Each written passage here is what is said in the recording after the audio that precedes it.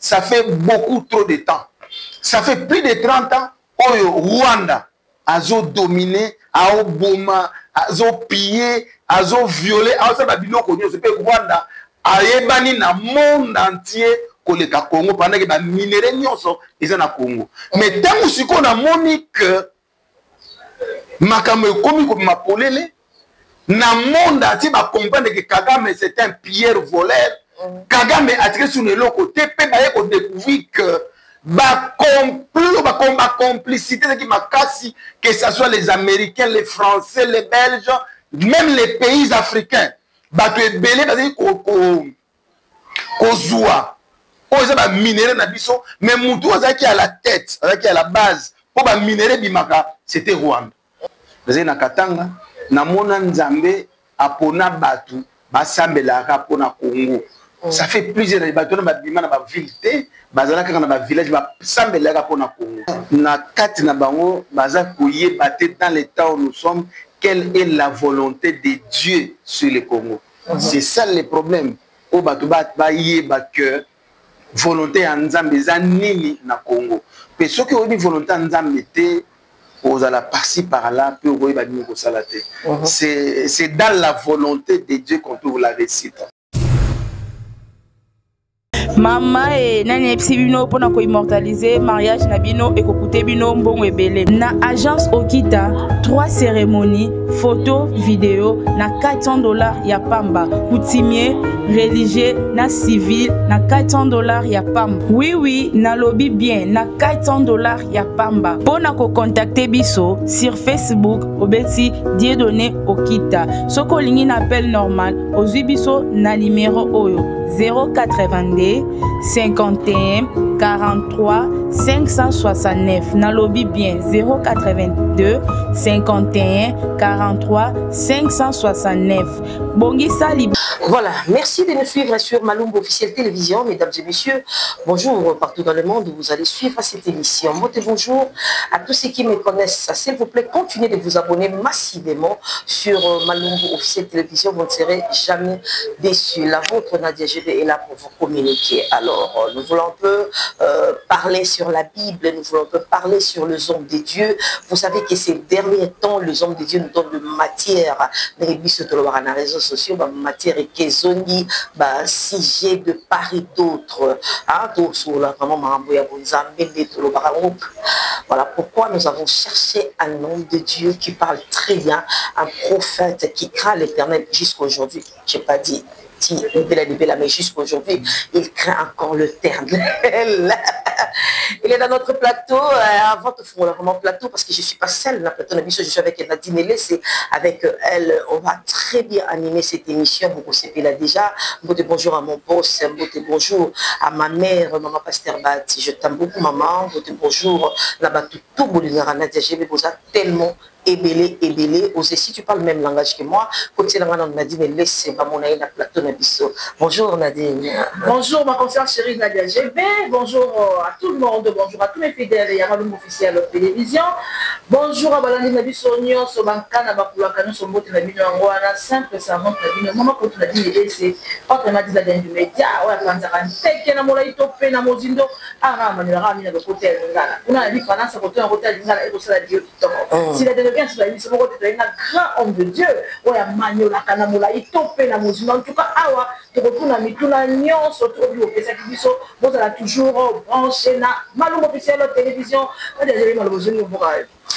Voilà, merci beaucoup Nadine, ça me fait vraiment plaisir. Ceux qui sont Nadine na plateau, vous comprenez que je suis mon gars, mais Nadine m'apprend souvent des mots de lingala là. Je me demande deux fois, est-ce que Nadine a rapide beauté, est-ce qu'il y a un bongo, mais après ça je vais demander quand même la prophète Boer, ah mais qu'elle peut dire ça Bangalo, Nadine Ipsanga, ils avaient solo, Toya Lokuta. Alors je vous avais dit tantôt, on va recevoir un homme de Dieu qui craint l'Éternel jusqu'à aujourd'hui. Je ne dis pas que jusqu'à, parce qu'avec le prophète là, ça craint un peu. Donc il s'appelle le prophète Ézéchiel.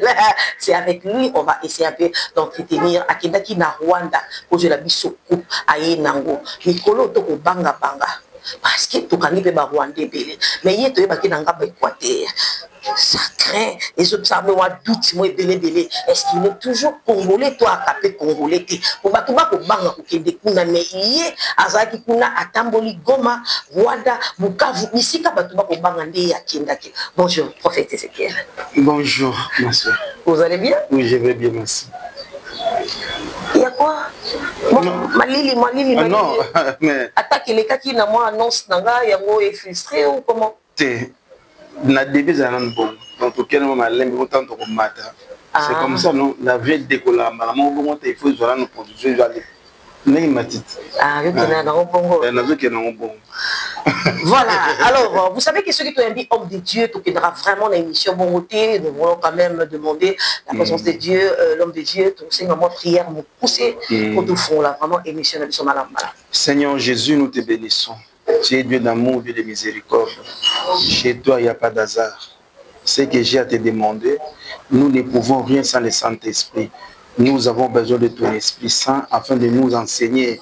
Car dans le temps où nous sommes, ton peuple vit dans l'ignorance parce qu'il n'y a pas de Saint-Esprit.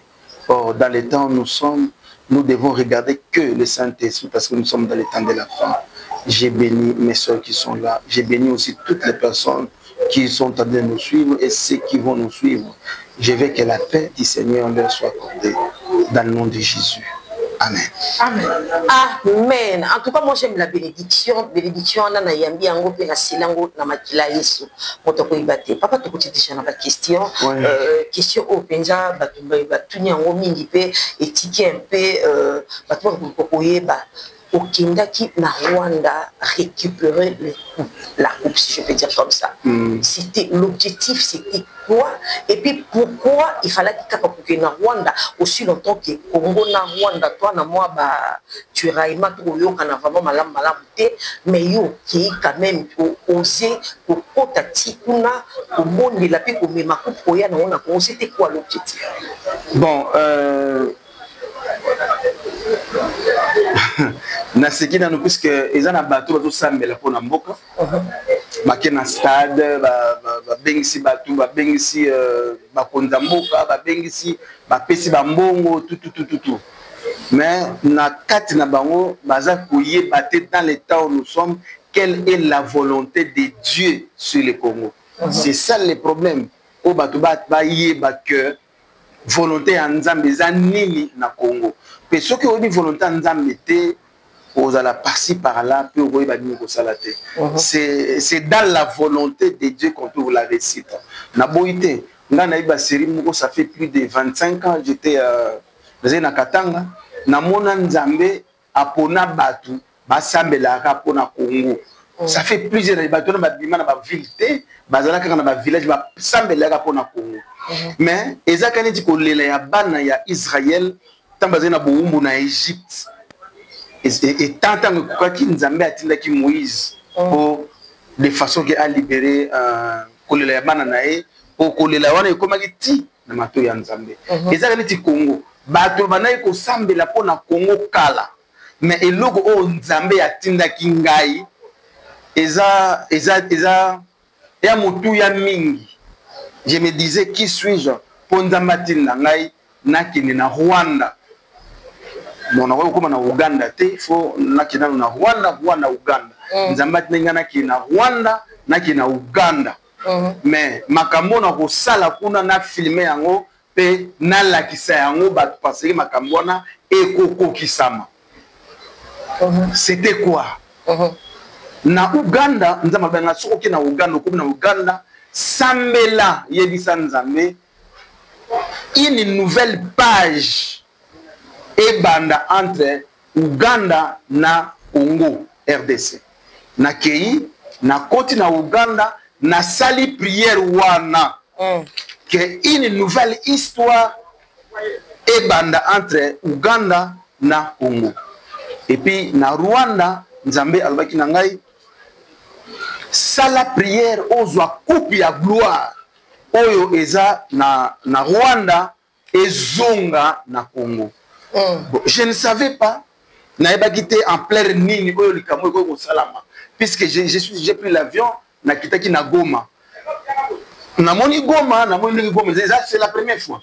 na yo kaka menace pe fo na mona ba réfugié na mona bato ndé bazo vipe bato bazai ko loba na ngai comment bazaki esclave ba ko loba mabe contre kaka mete mais à travers président Félix ba se sentir libéré ba ko loba même mabe ya kaka ba ko sala ngolo wote eza makambo ngai moko na vivre yango eza te ko na yoki alors tant na longwe na Goma il a fait na ki ne Bukavu alors nazwaki bateau ti na Bukavu kolonga Bukavu na ye kozonga su Goma nde nazwaki avion na ye awa siko kupu wana ya gloire na ngai kozwa ezalaki nini ngai naza un instrument o Nzambe alobaki na ngana kinde kusala makambo eza na bato ba prier basali ba prière ba musu ba gêner mais ngai nazwi mission ya okene kozwa kupu wana ya gloire po ezaki na Rwanda na ye na ngona zo sango na Congo penza babilanga tango ko sala prière wana filmer yango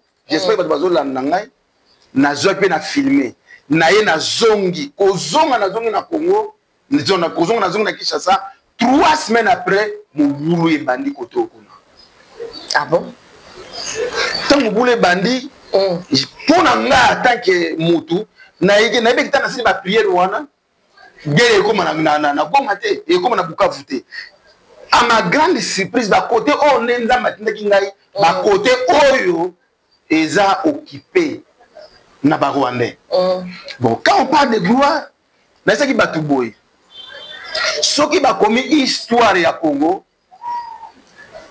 parce que délivrance oyo sala masiko instrument on nza ko utiliser bato bandima c'est leur problème mais moi Dieu m'a dit Eza Félix il est l'instrument oye aza ko utiliser c'est pas dit que président Félix vient de ça la délivrance Nzambe de ça la délivrance mais à travers un instrument oye a poni apesi sagesse de façon que Congo est bimana boumbu et man esclavagisme parce que ça fait beaucoup trop de temps ça fait plus de 30 ans oyo Rwanda azo dominé azo boma azo pillé azo violé azo ba biloko nyonso pe Rwanda ayebani na monde entier koleka Congo pendant que ba minéraux nyonso eza na Congo mais tant siko na monique makambo ekomi ko mapolele na monde entier ba comprendre que Kagame c'est un pilleur voleur Kagame a tiré sur le côté pe ba ye ko découvrir que ba complot ba complicité qui m'a cassé que ce soit les Américains les Français les Belges même les pays africains ba to ebele ba ko zoua o za ba minéraux na biso mais mutu azaki à la tête azaki à la base pour ba minéraux bimaka c'était Rwanda donc ce à cause de la minéraux na biso Rwanda ezui gloire Rwanda bazo kumise yango partout na monde mais banana kenaki na Rwanda nazoki kupona ya gloire tangu na ye na wona Congo na bandi komona makambo bandi ko salam Kagame asalere akoti na mboka bato na RDC ola suka asuka kaka na Goma akomi na Bukavu pe makambo nyonso e monani siko polele pe bato babi ke non ezande Kagame nde aza à la base Rwanda nde eza à la base ya malheur ya Congo ya situation ya Congo oli siko Congo eyebana na ba minéraux o nzamba cha meleki Rwanda or ta ya Rwanda esili parce que gloire wana ezali sukuna te gloire wana ezongi na Congo très bien tout le monde oui Manula. tout le monde observait ba jouer ça benga na j'ai passé aussi à la télé mais yo qui gloire eye na Congo bazui Goma bazui Bukavu yo il faut ya ko pesa biso explication ezaki nzambe to ezaki nzambe te na yebisi bango ezalaki nzambe toke na makambuti na suka soki nzambe alobeli kamu na ye akoma yango ti na suka délivrance eza ya mutu te délivrance ya nzambe ta ekoki o nzambe azosala délivrance pour na Congo. Voilà, merci beaucoup. Tant que producteur encore on peut sa délivrance na mboka na Congo manuela kitoko parce que mon tour na matanga to ko lobake okenda kuna mboka wana kuna ko feza bongo ko point wana mboka na Congo to yeba kasi parce que ba Rwanda pe batumisi biso mutakala ba masakole ko ina mboka na biso gauche à droite yo ki ba sai na nzambe ko loba moko si ya moninga to yeba en tant que mosakoli parce que kolo atapara côté te tant ko la loba pe ça rappelle na mokolo sengé na motasa ni ava lobi ko to ko docteur ba banguna o tumisa biso mokolo nini guerre aussi encore parce que mokolo te que non guerre aussi na mokolo te na nete jour te parce que Kolo a tapé à côté. Ah, c'est une bonne question. Tant on zamba titaki ngai na sala na ke na sali. Tant eza nzambe yemoko. Tant eza ngate nzamba pesa nga tante. Abi na kende sala. Tant na ke na sali oyi alobaki na ngai. Mais nzamba alobaki na tante. Mais nzamba alobaki na ngai. Congo eza déjà délivré spirituellement. Congo eza délivré. Be boko vivre yango na tango mokie. Boko vivre délivrance à Congo parce que Congo eza pays au choix, eza choisi par Dieu. Eza délivrance ya Congo, eza moko ya signe ya enlèvement. Donc yango sikoyo tango Congo ezo kene na délivrance. Congo ezo kene na prospérité nango, eza moko ya ba signe ya kotalisa arrivé ya Christ. Pour Nathan eza nzaba sayinga tante mais na atineki makambo ya tante atineki ngana kende kozwa kupone ya gloire peta nazo bana bino boye kupone ya gloire eza déjà na Congo. Voilà, merci beaucoup papa. En tout cas, la question est par rapport à la coupe. Coupe wana, et ça qui coupe physique ou spirituelle. En plus, tout comme on a le prophète, surtout car ba prophète. Mon sous soit lobby, à l'écart de la TV, à lobby, Nzamba yebisengana zwa mai ya entre Goma na Rwanda. Mon sous soit à lobby que Nzamba yebisengana zwa mabele na yambaki une émission na dernièrement. Nzamba yebisengana ngana zwa mabele à Congo, na tia na sachet, les colons na zu papier na komi Rwanda, na zu yango na ke na boki na fleuve na biso, boy na boy. Maintenant, yo na part na Nzamba tina ke o te de ozwa coupe. Coupe wana ezali ki physique, tout ezali ki spirituel, tout ba yebisaki yo pe osala moi cérémonie mon boy moi nzete moi nini longo ko moye nango na Congo. Bon ko ça me la pona Congo et badwa bandi ko ça me la pona Congo lelo te na sous-estimer bango te mais nga na yebi ke coupe wana ya gloire ngai nde na kinai ko zwa yango na Rwanda ezaka non seulement na Rwanda mais na kinai petit na Uganda ba pays oyo bango de baza à la tête ya ko bundisa Congo tant na kendaki bituma la bazo monanga bituma ko physique ezaka bituma ko physique te eza bituma moko pe spirituel il a fallu siko intervention divine quand je suis allé là-bas na keka ni nazana nzoto mais na ke ko prier na ke ite na zolo moko physique eza na mutu moko to na kisa si pas gloire non bato ba quand on parle de la gloire eza nini gloire eza paix gloire eza kimia moni Rwanda ezoboma bato Rwanda bazo piller mais bato bazo bo Rwanda eza na kimia Congo mobulu ko boma ben millions de bato bazo boma or sikoyo Kagame nde azwa kupwana donc azwi bozwi wana azwi kimia ya Congo azwi bozwi ya Congo bazo ba Congo Rwanda eza premier producteur ya coltan or coltan eza kuna eza ya Congo eza ya bangote ba richesse o ya biso ya Congo ole sikoyo ba tombo la Congo nazo tombo la Rwanda mais sikoyo na tango nazoloba Congo nde ezotombwama parce que gloire wana coupe wana paix wana abondance wana eza lisu na Rwanda te eza pe ya bango te on a kene ko zwa yango ko zongisa yango donc bango ba yibaki coupe ya gloire wana nde na kene ko zwa yango eza le moko spirituel eza physique te mais siko bato ba komona yango okokisama physiquement ba remona changement na Congo pe mutu nyonso ya kobundisa bato baza pour nous la délivrance bazo bundisa mala moko nzambe et puis à part ça on ne peut pas voir la délivrance hein c'est pas bien choix non ils ont mari de nuit femme de nuit et il faut dire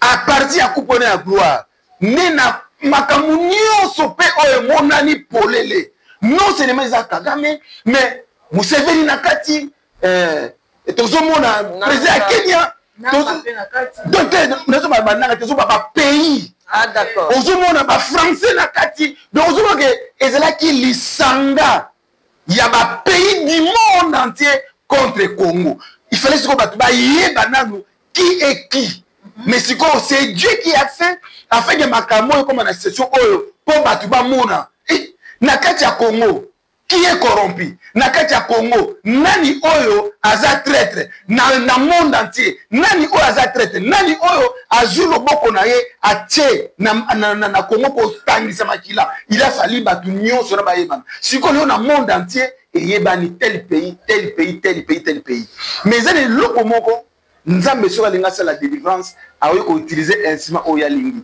na bande ko leka na TV ko loba nzamba yo ko utiliser même américain ba français bato ko bazala la base ya shit ya Congo nzamba ba ko utiliser bango pour la délivrance ya Congo yango bible dit que non ne maudissez pas priez pour vos ennemis parce que côté bénédiction ko uta oyebité mais na tango tozali eza tango ya délivrance ya Congo. Voilà, merci beaucoup Romain de la Kitoko. Toi la tango ya délivrance ya Mokenya biso ya Congo ka Romain de la Kitoko. C'est comme tout na moko. Tokolonga. Obi tokolonga. Tosi tolongi spirituellement guerre c'est silaki. Tosi tolongi parce que na kosola na mosakoli na nkolo. Na kosola na moto pa na mosakoli na nkolo ba moto kolo ba awa na ko ndima ki kosala parce que na ndima mi ba basala na nzambe. Sika avec qui net aussi ma bébé de kolonga. Kaka na président Fatima Beton to mo koni mususu ko ya créer. Wana de motuna nanga. Bon, omoni tant que ça élection ba Martin Fayulu première élection présidentielle. J'étais dans l'église, j'avais dit Martin Fayulu m'a présenté. C'est Félix qui serait le président. Mais quand même tout le monde il paraît qu'il y a qui match là qui n'a rien été dans le week Zara dans monde pour dire papa na biso nani Fayulu.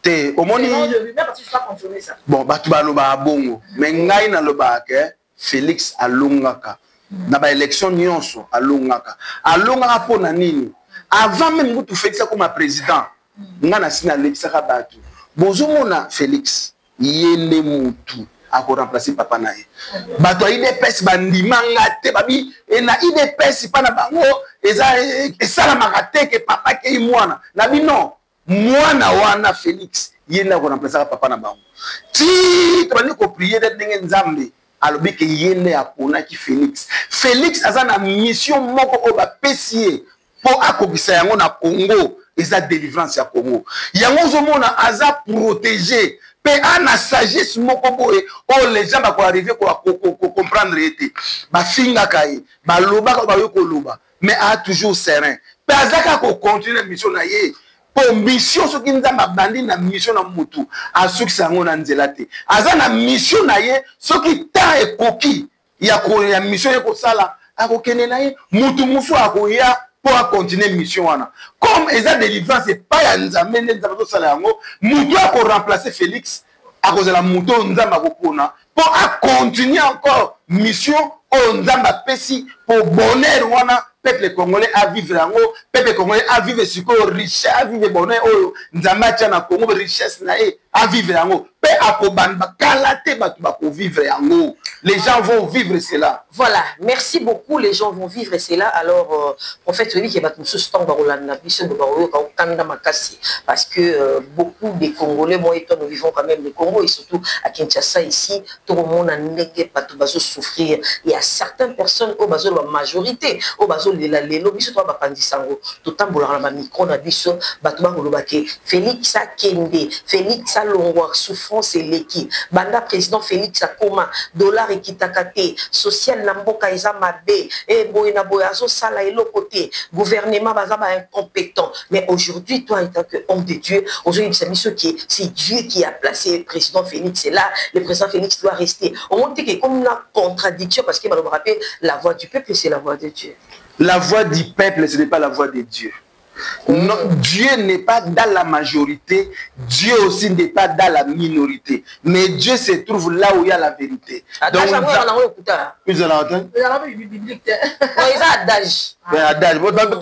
l'église devait être au milieu du village.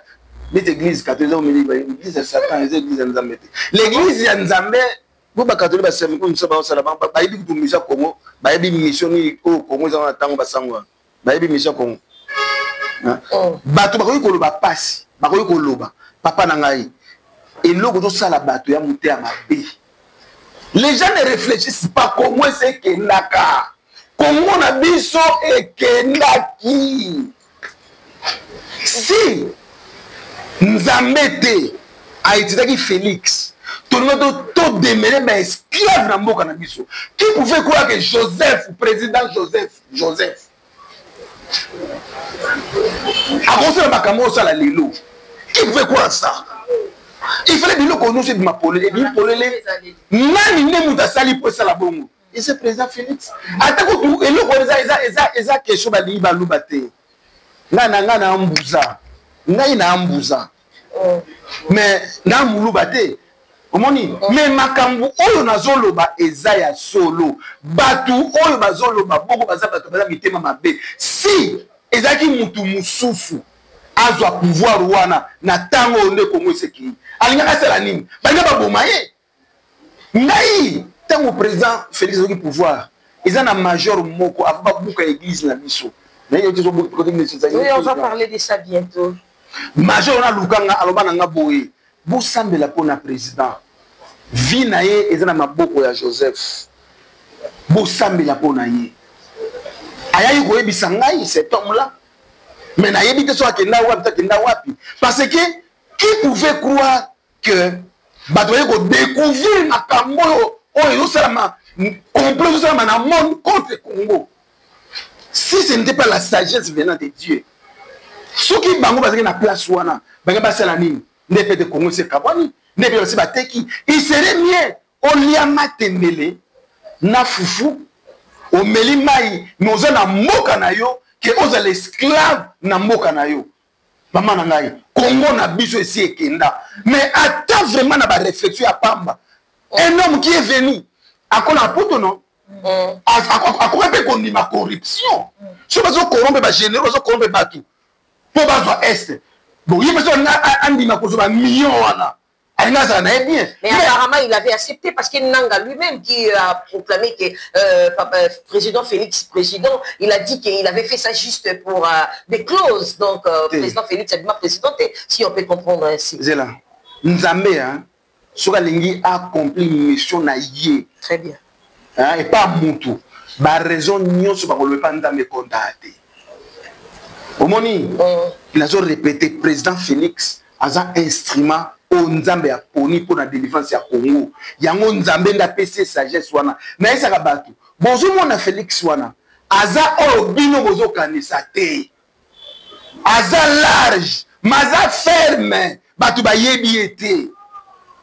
Bazo avoir chaka akende ke boy asala boy na bisaka batu pour Moïse a délivré mboka ya Égypte ezaka mbamota akakuta na pharaon bien ça va zo ba bakere non il a pris le temps ya ko négocier il y avait la négociation sala boy miracle salami pharaon boy ayeli susu sala boy Moïse a sali beta bâton ti ce qui 10 fois mais par après Pharaon qui dans l'obligation de libérer bana ya nzambe na bomu na Égypte.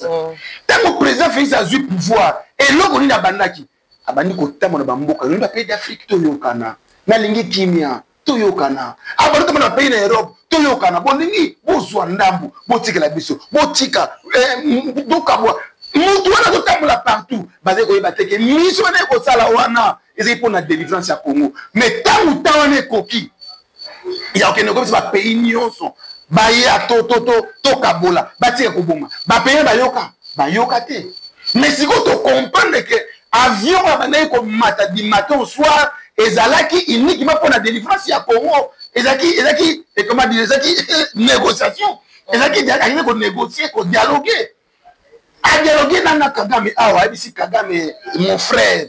Mais Kagame a quitté qu'est-ce qui allait arriver un jour dans sa vie. Mais à comprendre quitter parce que tant a utilisé Félix comme un instrument pour appeler ça qui est sagesse. Félix doit vivre. Le reste n'a pas bon maman et Nzambe. Très bien, papa, on va dire que on peut m'amoquer, on peut m'amoquer, on va me tourner pour matanga. On peut m'amoquer ma carte na politique, mais je vais n'anga mo ba sai na Nzambe. Mo tourner ka mo pour matanga ko ba ete. Est-ce que Nkolo ayiko bianga mosai na Nzambe bengo mosai na Nzambe que serviteur de Dieu na itonga pona ko ba pate sera yo wana le même pasteur OK pour la députée quand le même pasteur on continue mo ma di politique est-ce que Nkolo go bianga mosai na Nzambe ko tape na politique na bomboka yo motuna moi so bien wana maman motuna noza motuna so c'est une bonne question. Merci papa. Un ministre de Dieu. C'est un ministre, c'est un homme qui est mis à part, choisi par Dieu et il a reçu une mission spécifique, une mission spéciale. Hier, à cause de la mouta SIDT, à cause de la moto à PPDT, à cause de la moto à IDPCT, à cause de la paix au milieu du village, il y a au prêcher vérité, il y a à Zawana pour prêcher la bonne parole, à travers la bonne parole, et préparer un bon citoyen, tant que diriger Mboka, va diriger la justice. Mais si vous va passer dans la ministre, dans l'église, bango ba koti basa la politique ba mi éviter ou alors basa na ignorance ou alors bazwa mandaté maman laisse-moi le kamoko nzambe azangi batu te pas servir les gens pensent que nzambe azo zanga batu pas servir il y a un moment où nous servir nzambe ça le Saint-Esprit Jésus c'est va disparaître ne vous éloignez pas il faut attendre de quoi attendre le Saint-Esprit et ça na batu bazo servir nzambe ça le Saint-Esprit il y a un moment où la bavure serviteur nyoso ou aza ministre de Dieu ou aza la politique aza à cause de la Saint-Esprit parce que na kati ya politique et na rise et na trahison et na makila mais yo soza ministre de Dieu otiki okosala okoluka poste comme député okomi ministre netinga na zaboy maman na kosebena lia na fufu na kwanga na ngai to na madesu to ezanga pilipili to nini mais Nasser la pour un ministre de Dieu. Un ministre de Dieu a plus que le président de la République. Un ministre de Dieu a plus que le roi du monde. Un ministre de Dieu a monté à la vie, a ôté le ciel, a quitté la terre pour défendre le royaume céleste. Mais si vous avez un ministre de Dieu, comme il faut défendre le royaume terrestre. Gisèle va dire bien. Ce qui nous a dit à Mokini, le royaume terrestre, il y a défendre. Mais comme vous avez un ciel, moyen de c'est ça. Mais si vous pasteur, un ami bien ministre, moi, Nzamba, c'est la politique. Mais un ministre de Dieu ne peut pas faire la politique. Ou alors, à Robima ridicule, à une mission a été. On peut s'en poser la ministre des Finances. Non, on a la présidente de la République. Parce que nous avons déjà ministre et puis ministre est choisi par Dieu. Nous avons déjà ministre de Dieu. Nous avons mais nous avons prêché le président, l'autorité à Mboka. Nous avons prêché le ministre des Finances. Nous avons prêché tout la. Mais nous n'avons pas comme Seigneur et Sauveur. Bon, ça la volonté parce que bientôt là, c'est un enlèvement. Vous vous n'a une mission, il y a prêcher la bonne parole, n'a prêché binoté, n'a qu'est ça la politique, n'a la juste temps, bah serviteur ou on a mis sur la salle bah nous sommes décidé dans la partie politique, bah avec les pouvoirs après à course comment politique ils appellent course au pouvoir, si quoi il y a colinganine, alors on a parti na bah on ça nini, si quoi yo ok nous c'est la politique pour nani, mais il faut prêcher bah politicien. Il faut, botamou en justice, botika koyiba ma million, botika boye, voilà. Vous savez, si aujourd'hui, homme politique, tout le monde veut faire la politique, peut-être les vrais serviteurs de Dieu, nous va télémiter à prêcher la bonne parole. Bon, prêcher dans pourquoi voler? Voler, c'est pas bon. Les volets n'hériteront pas le royaume des cieux. Et vous devez vous se repentir. Au moment où vous avez l'État, à une église, va passer poste place à Malamu, les gens donnent même la chair. Et si au gloire dans Nzambe Zali, va passer un homme politique. Parce que parce que ces gens-là, ils n'ont pas attendu le Saint-Esprit. Ils ont passé la bavure. Un serviteur de Dieu, un serviteur de Dieu. Azana Ekobo, Azana Kindumba, Azana Bodneli, un serviteur de Dieu. Non, sortez au milieu d'eux. Mais serviteur de Dieu, ça les soumou, comme ça, pour les avec les soumou tété. Voilà, merci beaucoup, papa. Alors, tu comprends qu'il a Christophe Félix, va flair et belé, awa. On a élu Christophe Félix Saza, numéro 1 Yakongo. C'est lui notre président. Donc, Yende Atchakaba ministre, Yende Azochakba Onyo qui était on a l'église, non, il y a mon nez. Le loto est au petit église des amenés des arabes sauté parce que gouvernement, bah, soit qui décision, bah, mouka, bah, pesa mission explication, peuple to yeba objectif nini babuke la bato lelo babuka église na oya monene mais aux gens tout le temps aux bois ba fleur est-ce que décision au gouvernement congolais et soit qui a obuka biloko na balabala parce que lelo bisika tout babuka wana et comme poubelle et comme salité et comme boye or ceux qui batika qui église place wana délivrance au salema délivrance ya mboka place wana bazo entretenir ngo emezaka bien par là vous veut dire quoi au moins biso l'église na biso babuki monter pour l'état disons embellir babuka biloko nyonso wana te église na biso qui conflit ya famille tosalaki 5 ans place wana totonga église qui tourne na leka na TV na senga ba aide na loba na kokoloba ke na lemba omoni bakoni tosambela so na labiso église oyo tobandaki kofanda oyo toza kosambela nga na kofanda wana eza siba eza ventilateur na ngai biloko ebele toperda ebeba talaka botonga église babuka nyonso par terre banani babuka yango ezala soficom ezala soficom so bato bakei botuni na quartier 12 famille comment dirais-je naposeli komwa famille yango tokamba na soficom il faut tuna bon les familles là qu'on a détruit notre église là famille donc bapapa leki bateki lupangu veuve bazali na ba famille na bana bazali mais bapapa le bazali lupangu bateki siko biso sala 5 ans place wana toze na place autre de refutela voilà famille silo toze na place na tokokanga miso fiko mwana siko onde na zabu ngana kosama na banque te na belela ata kutu soki bango bazwa raison basamba bazwa raison fallait ba prévenir biso vendredi to prier samedi ba yeba book église sans garantie ba yebisa biso loko te tilelo oyo mbongo na biso to récupérer te na loba na TV na senga aide pas président na senga aide pas ba autorité ya mboka na loba aide yati na lemba na tika na ngai mais comme naza serviteur ya Nzambe na continuer ko prêcher parole ya Nzambe bato babuka ngo Nzambe na kiliba mais Nzambe pas capable de faire couper sa biso place musu et à couper sa biso sous ba moyen musu do sala ngo yango moi je continue toujours à prêcher la bonne parole mais aki banque Sophie comme ne buka biso na benga avocat na banga binanga yo ba yebi biso te minute bon tout ça na 5 ans tout ça na mikana na biso to futa kana lupango mais comment bino so boké pour sali procès pour gagner bon ya bo prévenir biso mais oui donner c'est la biso garantie allez bon boki biso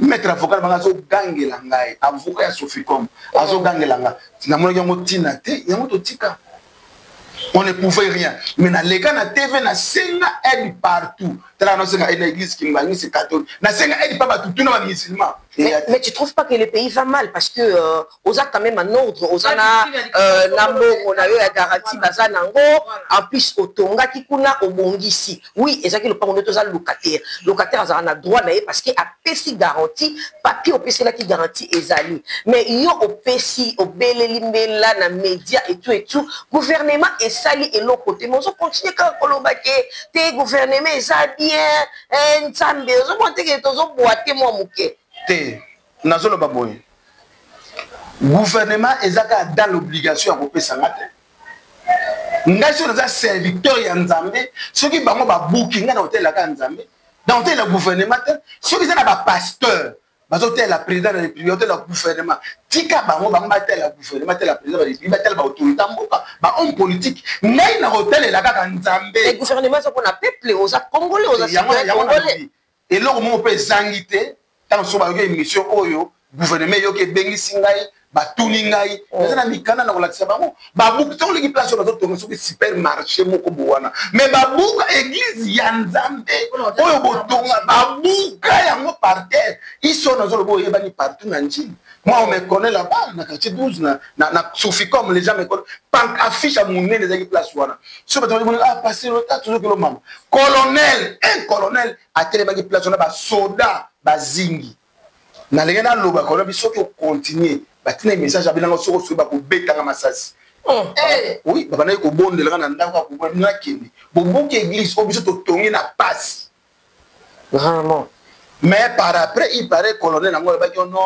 alors la kinga maso ezaki ali na appliquer les crises na seka qui passait ko non c'était un homme courageux si c'était moi ndenge botonga ti église wana ndenge boatombi tokitanga ti na se mais akoki kosala autrement te parce que eza mitindo oyo ewutaki likolo ya oyo kosala autrement te mais par après ainsi il s'est excusé. Merci. Yani mitindo mais moi nous on fait potage de moi nous OK vous rappelez dans ngamba on parle de sokati beto ça va travailler rappeler moi gouvernement moi nous moi celui à la remonter mais c'est quand même c'est pour ça là moi biloko pourquoi pas gouvernement côté là quand on comment on beta mbelo côté ka mo voilà yo za rappelé dans ngamba parti là est-ce que vraiment vraiment le moto occasion on ça ndambe azalaka moto ya parti somo paraté mais yo yali ko ala ngamba kuna voilà soki nazalaki mutu ya IDPS nanga na dossier wana nakena na IDPS bakonza IDPS batambola batelema banya ba soutenir ngai ngai na eza lokuta vrai lokuta tana ke Goma nake comment Uganda Rwanda Bukavu nakene ko luka gouvernement te kwa futela nga billet soki zaki bongo na ngene ko bakonza mboka et puis mission esilité il y a encore d'autres choses. Mukolo mona c'est l'émission d'un prophète Ngefa. Na ite soka za yo kakai. Botu na ye. Quand j'ai parlé sur la coupe de gloire à soutenir dans le makambo wana eza ya solo. Ngai naza muta PPRD. Naza muta IDPS te muta ICD te ya palute. Ngai naza likolo ya ba parti politique parce que ngai naza ko représenter Nzambe. Naza ministre na ye na roza na ba parti prité. Je suis là où c'est tout la vérité. Président Félix a un instrument au Nzambe a poni pour la délivrance ya Congo. Batouba ndima, batouba boya c'est leur problème. Aza na bateau magique te, ana bateau magique toi soit petit pas. Ma comment changer du coup. Non, Congo c'est kendaki, Congo c'est na kati ya libulu. Wana bolimoni makasi ya. Te, nazo ngana expliquer, nazo ko expliquer on a pas parce que batouba mitema mabe baza ko arriver ko comprendre te. Congo c'est kendaki. Mais si vous avez bien libulu, moi na soka potami, akoba no kokolia mais quoi mukolo mokote, abana na mukolo mokote ça va lui demander aussi le temps. Aza na bateau magique te, oleke bateau baza tutuli basalisa ye, mais bateau wana lisusu baza ko faire foncer mboka. Or baza ne ko bundisa Nzambe, bazo bundisa yete. Voilà, merci beaucoup motuna na ya suka papa. Na komona yo boye na komona o zali na komiki kisamakasi parce que na yene tonga na mope ba ndimanye beli. Malgré ba boka mais ba kolando kaka na komiki kisamakasi. Et puis na moni ba ndibelo nyonso ba ko donga ya bijou. Ba ba lobaka malgré grade na yo malgré baba to nga prendre la porte nga prendre la bonga mais yo ndingi ba kombo la studio ko boya bijou. Puis na moi c'est que le nom Merci pour la question. Comment on a un bijou? Eza comme papa nanga na maman nanga ba pesa ngai bijou. Maman nanga biki na zina kombote ba ko maboke moko zaiki na radio. Moi na kombo bijou. Comme ba pesa ngai ko pesa ngai bijou. Donc mais na kola pe na kombo ba benga ya bijou même na quartier na koli na salon awa ya bijou ya bijou. Tant que mandi ko sambela, les gens m'appellent ya bijou. Omoni na ko boya te c'est mon nom na ko kombo na ngai ya bijou. Ba pesa ngai ya bijou. Pour na kolesika moko na bande ko na ya basi na ba ya mibezo benga ya bijou tamba yepe na église surtout l'église à famille tamba zo benga ya bijou prophète boya benga nani abenga ya bijou ya mopina na ko yiko boya te mais les gens m'appellent ya bijou mais naza na autorité liko na ba moni ba ko sala nga ba blague te ba nini te parce que naza ya bijou oui mais naza prophète Ézéchiel Mopina. Donc mon nom c'est prophète Ézéchiel Mopina. Mais comme on a siko ezali bijou, comme on a ngabla pesanga bijou. Donc il y a ya bijou. Donc so benga ya bijou, ça te non, on a besoin archevêque, architecte. So benga attention na mutuka, so benga fait bijou. Antoine hôtel. Ya na hôtel. Ya bijou. Na hôtel, na sala ifo na. Oui. Ezate ko non neti batimusu. Neti dazo mona. Mutu azaki na no elote, ayeba na bato. Mais tant comme une position à rejeter bateau. Ngai soki mutu na baka ekala. Ata na moni za salité na roya na sali ekala. Na soli na ye. Moni, so na fani ona bato ba potio no ba obetanga matolo. Bato ba kota kama no. Ala Alors, merci beaucoup, mesdames et messieurs. Nous voici à la fin de cette émission. En tout cas, émission Ezaki Tokomaka, ma question na miso auto préparé. Et si les coups de Web TV et Ratli Kamangonga. Alors, il y a Bijou, je ne sais pas si vous avez quelque chose à ajouter par rapport à ma question auto tenue. On a dit comment il y a Bijou, c'est pas ça. Probablement, on va soit moi qui Tokomaka, mais ma personne comme ma bassi, vous me savez, on a des juste appréciation. Ceux qui te le la TV alors, je ne sais pas si vous avez quelque chose à ajouter et quelques dédicaces et votre numéro pour te connaître. Oui, les Camerounais, c'est la passe dans le banzama, il y a tambola, pour la tambola presque partout. Nous avons yebisa batu. Je viens bientôt. Bientôt, nangai est l'accès maintenant. Sarah, azaki désespéré comment angai kobota. Mais tant que tant nangai kokaki Sarah abotaki. Yebisa bana nangai. Koya nangai izo dépendre na foi na bangote. Nazo ya siko. Pe koya nangai izo dépendre na bangote. Nazo ya siko. Na yebisa na monde entier kazo ya kalate. To se préparer. Pour na Congo na mise to sali. Bande ko nangai to fukama. To konjero samela pour na Congo. Spirituellement Congo est déjà délivré. Natango mukie toujours vivre bonheur. Batu bako témoigner nzambe ya Congo. Batu bako nuka.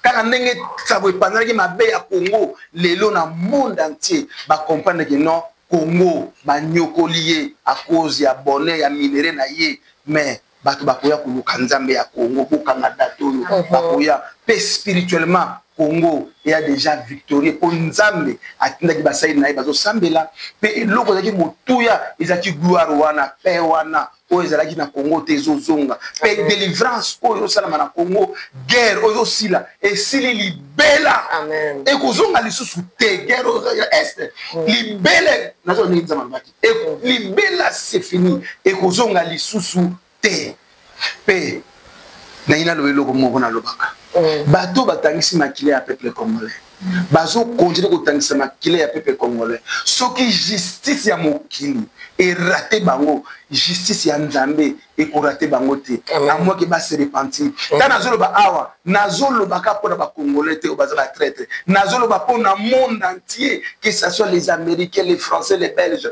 les indiens les chinois bato nyonso o bazo yiba ba minera Congo o batangisi bazo kozo kotangisa makila pe congolais Nzambe akotika ngo impunité à moi que ba se repentir numéro de téléphone eza 00243 90 92 91 227 nako bandela ouais 00243 00243 90 90 92 92 91 91 227 227 et ça WhatsApp na yo donc tu peux communiquer aux autres et les canadiens secrétaire secrétaire voilà moi mbote ngana pesa ba dédicace na pesa nyos bazola na biso Nzambe apambola bino ze souvenir na bino tozaka motema munene to prier pour na Congo.